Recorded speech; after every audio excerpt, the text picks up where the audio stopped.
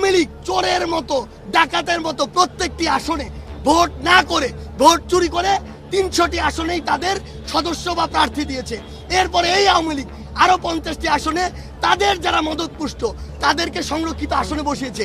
অর্থাৎ এই 350 আসনেই যারা ছিল তারা এক একজন ফ্যাসিস্ট এবং তারা ফ্যাসিস্টের আদর্শ লালনকারী।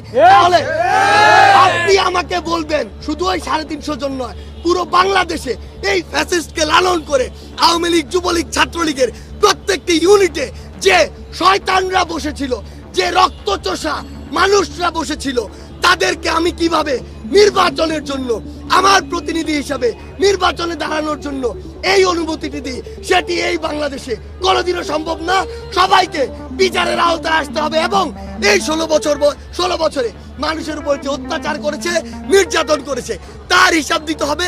আগে তার জন্য শাস্তি পেতে হবে, তারপর জনগণ নির্ধারণ করবে সে নির্বাচনে দাঁড়াতে পারবে নাকি পারবে না।